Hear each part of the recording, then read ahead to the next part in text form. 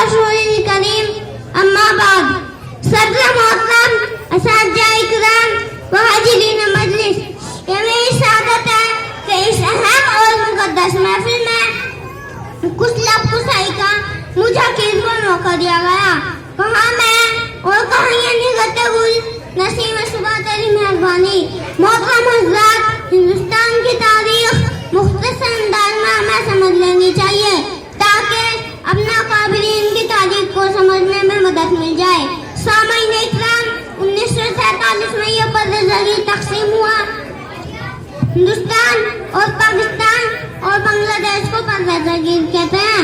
इस बर्र-ए-ज़गीर पर इंग्लैंड ने 150 साल से ज्यादा हुकूमत की थी, इसलिए जरूरत पेश आई तो उल्मा मैदान में निकले। उल्मा ने जेलों को आबाद किया। इंग्लिश के मजालिम के मुकाबले में उल्मा फांसी के तख्ते पर चढ़े। बिलाखिर इंग्लिश को यहाँ से जाना पड़ा। मैं अभी आइंदा चलकर थोड़ी देर के बाद तफसील से बताऊंगा।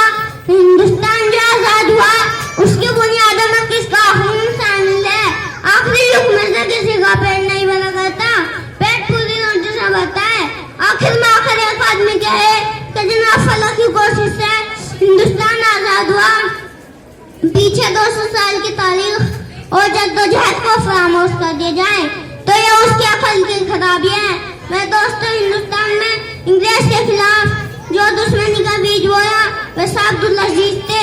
उन्होंने सबसे पहले अंग्रेजी हुकूमत के खिलाफ जिहाद का फतवा जारी किया। मेरे दोस्तों, शाह अब्दुल अजीज के फतवे के बाद टीपू सुल्तान इंग्लिश के मुकाबले पर आए और चार महसूद की लड़ाई लड़ी और तन्हा टकराते रहे।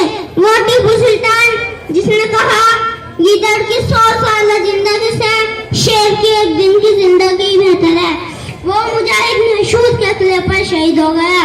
बुजुर्गों, दोस्तों, आप हैरान होंगे, उल्मा ने लड़ाइयाँ लड़ी, मंजी के इस्तेमाल हुई, गोलियां चली, उल्मा शहीद हुए, मौलाना मोहम्मद ज़मीन शहीद हुए, मौलाना रशीद अहमद गंगोई को जख्म आए, हज़रत नानूतवी जख्मी हुए और कई बेशुमार लोग शहीद हो गए। जंग आजादी में उल्मा को फतह नहीं हुई, जज्बा बेदार रहा, उल्मा ने सर नहीं झुकाया, उल्मा ने गर्दन नहीं झुकाई। 1857 में जंग आजादी खत्म हो गई। इंग्लिश लाए बरतानिया ने अपने हिंदुस्तान के लोगों से, अपने मशीरों से रिपोर्ट तलब की कि बता हिंदुस्तान में हमारी हुकूमत कैसे कायम रह सकती है। तो डॉक्टर विलियम, जो हिंदुस्तान के बहुत बड़े सियासतदानों में था, उसने बरतानिया को जो रिपोर्ट भेजी उसका अल्फाज आपको सुनाता हूँ।